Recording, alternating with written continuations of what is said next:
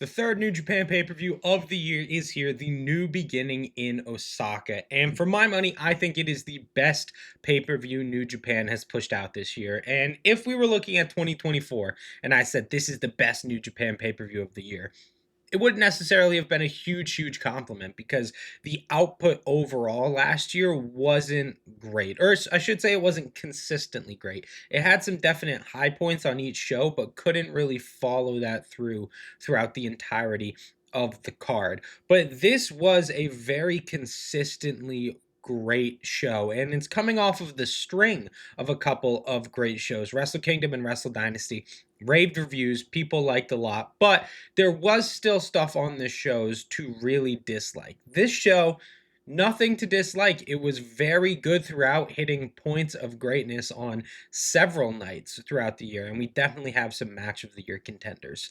What we're going to do is we're going to break it down match by match, give my overall thoughts, give what happened in the match, as well as a review from 0 to 5 stars. If you guys like the video, please consider subscribing, leaving a comment, leaving a like down below, as it really does help a new channel like mine to grow. But with all of that being said, let's go ahead and get into it with our first match.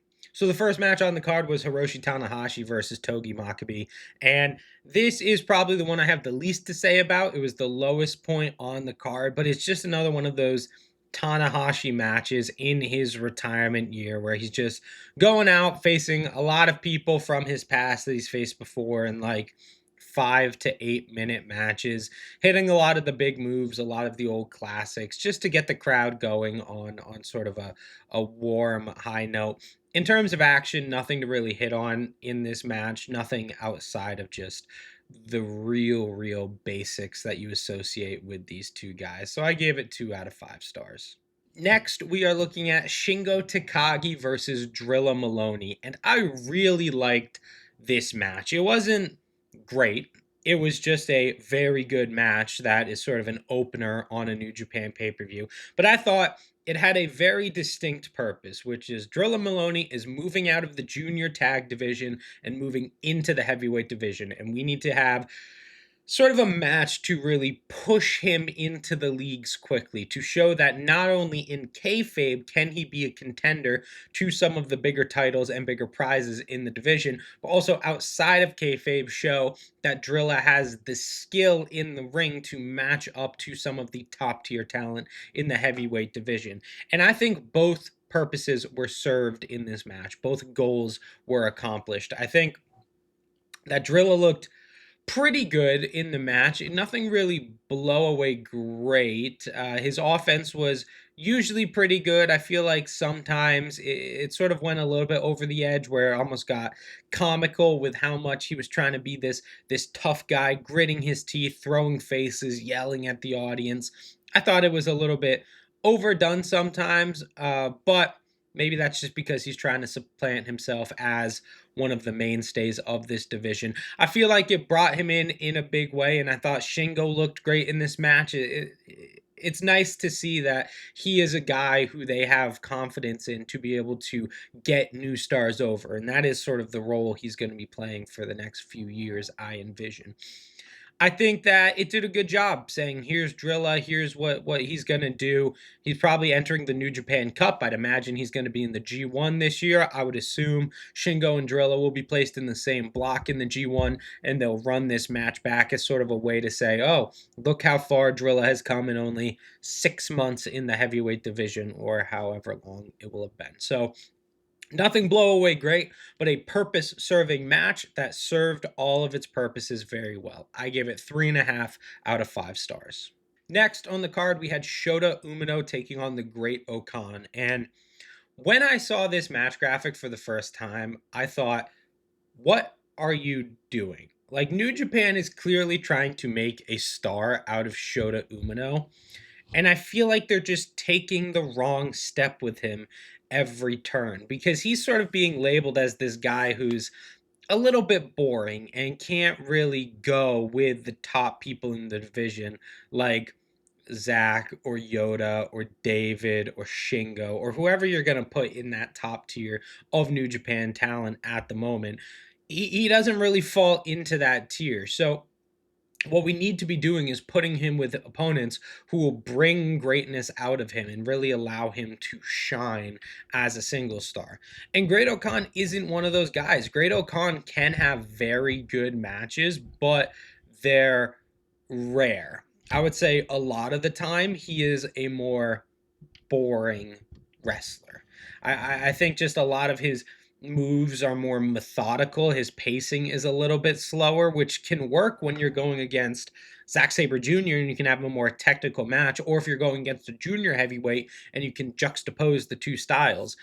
But with Shota, they just didn't really mesh well. I thought it was a good match. I'm not trying to dump on the match. I thought action in it was consistently good throughout. It's just before the match even started, there was sort of a ceiling placed on it because you're just going, why these two guys? Why right now? And it was extra weird because Great Okan won. He beat Shota, which was an outcome I was really not expecting that much. It makes me think maybe they're building to Great Okan being a challenger for the heavyweight title later down the line. Not sure. Either way, I wasn't blown away by this match. I feel like this match had a lot of purposes that it needed to serve and didn't really serve any of them. And I'm giving it the exact same score I gave the previous match. I'm giving it 3.5 out of 5 stars. But where that was a compliment for Shingo versus Drilla, because that got whatever 8 to 10 minutes and really didn't have a lot going into it, like a lot of story or a lot of expectations, and they over delivered on what was being asked of them. This match did get a lot of time, did have like a lot of agitinging. I don't know how to say that word. And it just didn't serve anything. Like it didn't function or accomplish any of its goals. And though the action was good throughout and I did like watching it, it just in isolation, it's fine. But outside in the grander scheme of New Japan, I don't know what the purpose of this match was. Next up, we're looking at Sonata versus Taichi, the implosion of the Just Five Guys faction. And I was disappointed by this match. I think it was good, but not great. And this was really a match that I was hoping would be great. Because when Sonata turned on Taichi last year, I don't remember exactly what show it was at. It might have been at Power Struggle. It was when Taichi was facing David Finlay in a phenomenal match for the Global Heavyweight Championship, and then Sonata cost Taichi at the end to join the Bullet Club. I was really excited to see these two guys go at it. But I feel like that turn happened in September or October or something like that. It was 4 or 5 months ago that turn happened, and the follow up just wasn't there. They didn't have a match when they should have, and maybe New Japan just didn't feel like these guys were enough of stars to put them on the Wrestle Kingdom card or the Wrestle Dynasty card, so they had to wait until the next show came around. But that's not a good look. That's not a good way to position this big blow off feud or to make either guy look important. It does the opposite. And then we get to the match, and it wasn't really like it was just sort of a standard match. Like if this was taking place in the New Japan Cup or on a road to Tokyo Dome or something like that, this is the exact match you would expect out of these two guys. They didn't do a good job about incorporating the story into the match, expressing their hatred for each other. Like I was expecting this to be a four plus star match. I thought they had a lot of story they could go into. I like Taichi. I like Sonata. I don't love either of them, but I feel like they've been linked so long that you would expect them to have a good match. And the match was just good. It wasn't great. And it sounds weird to criticize someone for doing something good, but I feel like they had the potential to do something great and they missed that opportunity. I gave it 3.5 out of 5 stars. Same as the previous two matches. I feel like it was an under delivery from the story being built up and what these guys could have accomplished if they were given a little bit more time and if the match took place sooner after the breakup. Next up, the Ichiban Sweet Boys, Koji Fujita and Robbie Eagles, were defending the junior tag titles against Rocky Romero and Yo.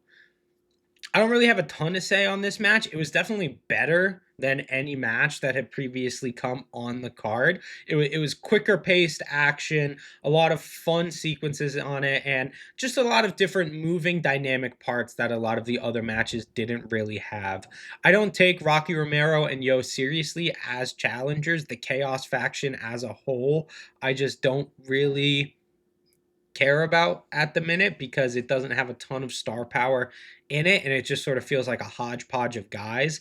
And you could tell that they weren't going to win the titles from Fujita and Eagles, who I do think had a good strong showing in this match. I don't really like Yo. I think a lot of his stuff doesn't look good, and I think he was the worst part of this match. He was a detraction from a lot of the action, and Rocky was sort of just there. He had some fun stuff, but he didn't really push this match to the next level. So there was a lot of fun stuff throughout, but it was sort of just one of those junior heavyweight tag matches that comes and goes and doesn't really leave an impression you don't remember long term. I give it 3 3/4 out of 5 stars.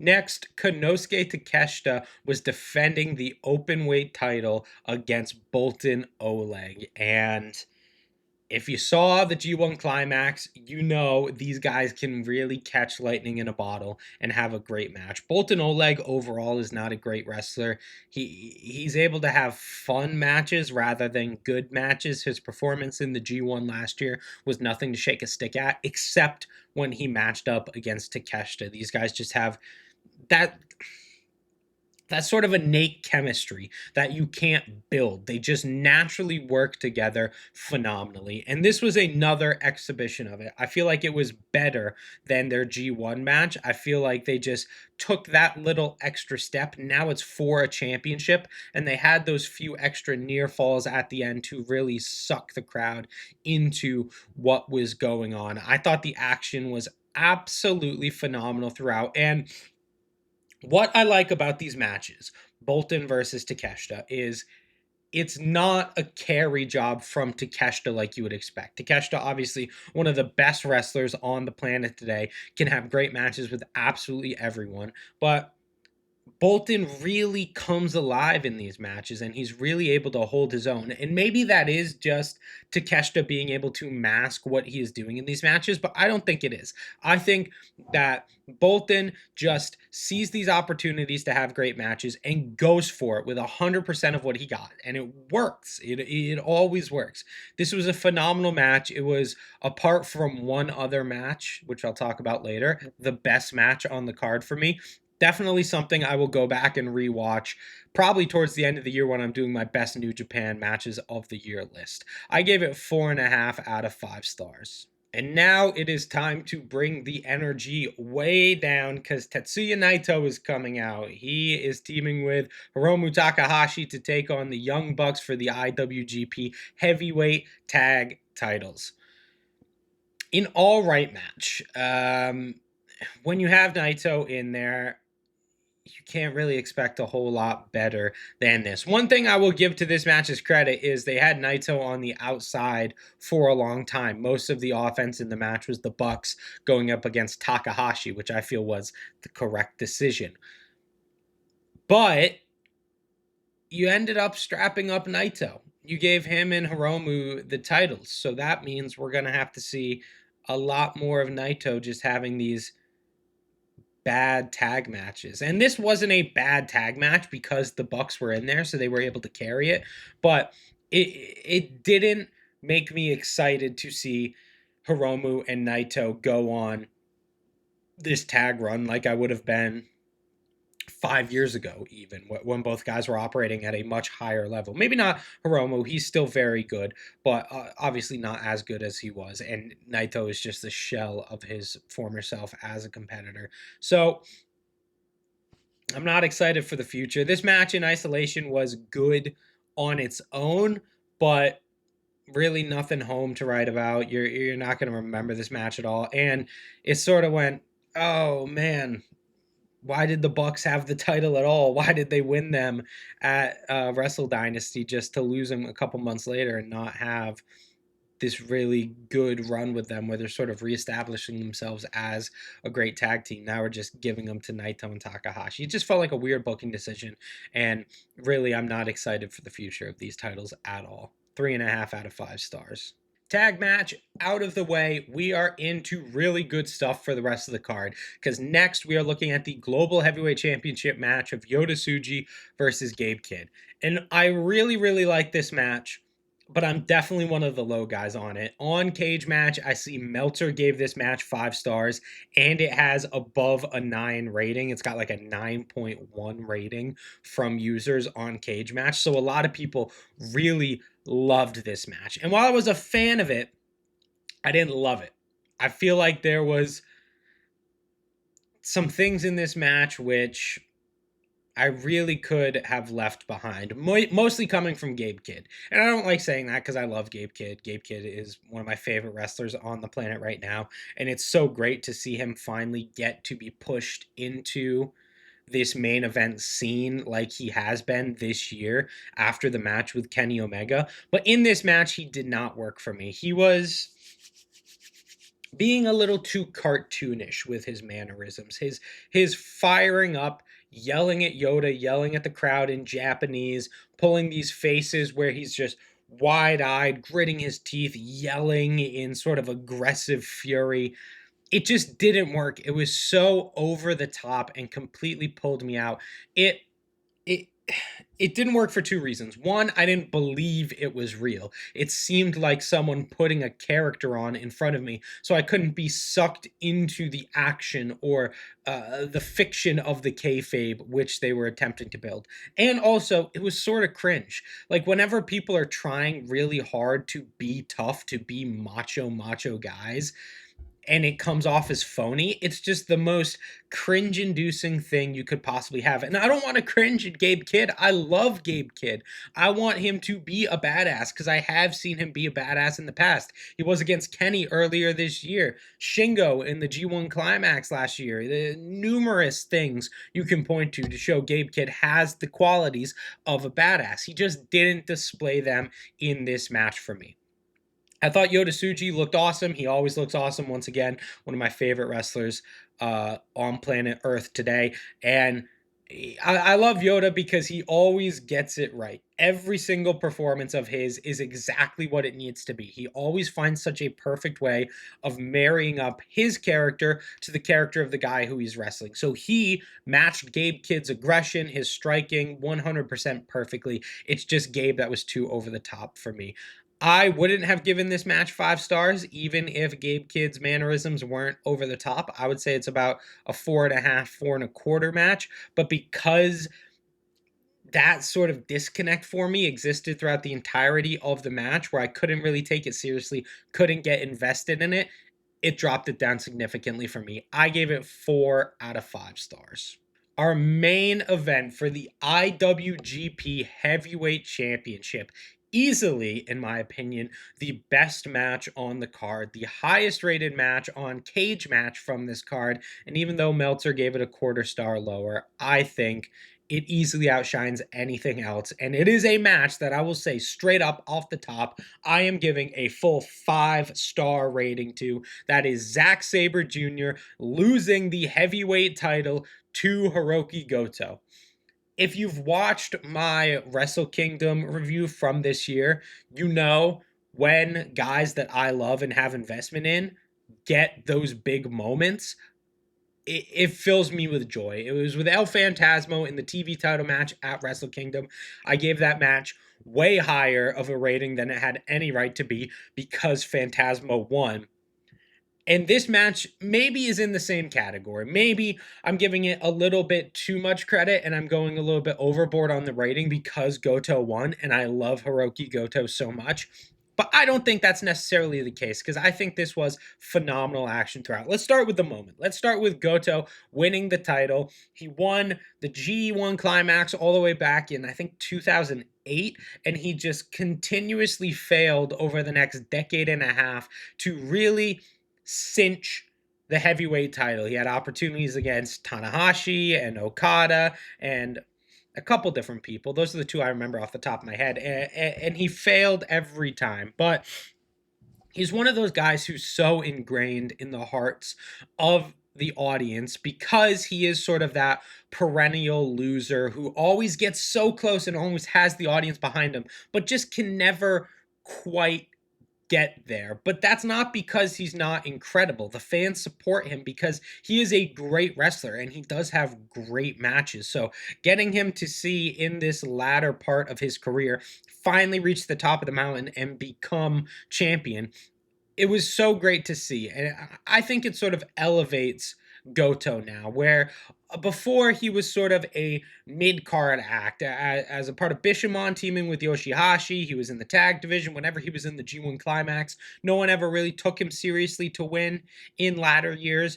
But now with this title, they have taken one of their forever mid-carders and elevated him. So now during the G1 Climax this year, you go, oh, Hiroki Goto really has a chance of winning. When he eventually loses the title and is still involved in New Japan feuds, he's going to be elevated as a result of this win. And I feel like Zack Sabre Jr. had a good run with the title, so he is also elevated in that position. When he enters the New Japan Cup or when he enters the G1 Climax, he's going to be one of the favorites to win as a result of this title run. So I feel like the title change happened at the right time. It went from the right guy to the right guy. It's like a perfect title change in that regard. And also, it was surrounded by a phenomenal match. It wasn't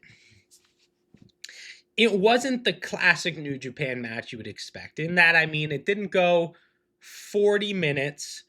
It didn't start out with 15 minutes of chain wrestling and have a million near falls at the end. That's not the kind of match that this was. And I think that is much to the match's favor. As we saw with Zack versus Shota Umino at Wrestle Kingdom, that kind of style of match doesn't always work for everyone. And this was a much better style where Zack was being very technical in the beginning and sort of wearing Goto down, doing a very good job about building the crowd love for Goto and really wanting him to see him win the title. And Goto at the end, his comeback sequences were so hot and the crowd was so into him because they did such an effective job at building it throughout the course of the night that they were absolutely volcanic when Goto was hitting the Ushigoroshis and the GTRs. And the end of this match, I loved so much. He hits a GTR on Zack Sabre Jr.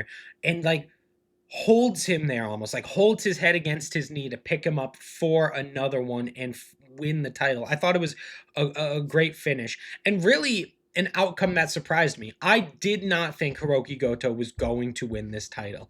I don't know if maybe I'm just a little bit in the dark and like it was sort of a pre-gone conclusion that he was going to win. I thought that came completely out of nowhere, but it was one of those great pleasant surprises where I expected Zack to have a long title reign. And he had a decently long one, like 6 or 7 months. But I was so surprised, delightfully surprised by the title change. I think they did everything right. The action was great. The title change, the story, everything worked perfectly to create a great moment in New Japan history. So yeah, I don't think it deserves anything other than 5 stars. And those are my thoughts on the new beginning in Osaka. I feel it's a better pay-per-view than any of the other two we've gotten from New Japan this year, Wrestle Kingdom or Wrestle Dynasty. I feel like Zack Sabre Jr. versus Hiroki Goto is, you could call it the best match New Japan put out this year. I think Kenny and Gabe is just a little bit better, but I feel like it's definitely in contention, and we'll be talking about this match all year. People love Yoda versus Gabe Kidd. I wasn't the high guy on it, but a lot of people did love it, and I think really it's 2 back-to-back great matches at the end of the card that it sort of brings you back to old New Japan when they were just putting out banger matches all the time and you could really expect to have 3 or 4 match of the year contenders on any single card they did. And we got 3 off of this one. Takeshita versus Bolton Oleg, Yota Tsuji versus Gabe Kidd, and Hiroki Goto versus Zack Sabre Jr. So I really, really like this show. I didn't love it because I feel like there were some points in the show where I was like, that didn't really work for me. That wasn't what it should have been. Like we were talking about with, Shota Umino versus Great Khan, Sonata versus Tai Chi, and LIJ winning the tag titles. There's some stuff on the show that still didn't work. But overall, a very good show that I enjoyed very much. I want to know what you guys thought. Did you like the show as much as I did? Am I being too low on Gabe Kidd versus Yota Tsuji? Should I have gone higher with my rating on that? I want you guys to tell me in the comments down below. And while you're down there, please consider subscribing and leaving a like, as it really does help a new channel like mine to grow. But with all of that being said, I want to thank you guys very much for watching. I've been Isaiah from Hot Tag Wrestling, and I will see you guys next time.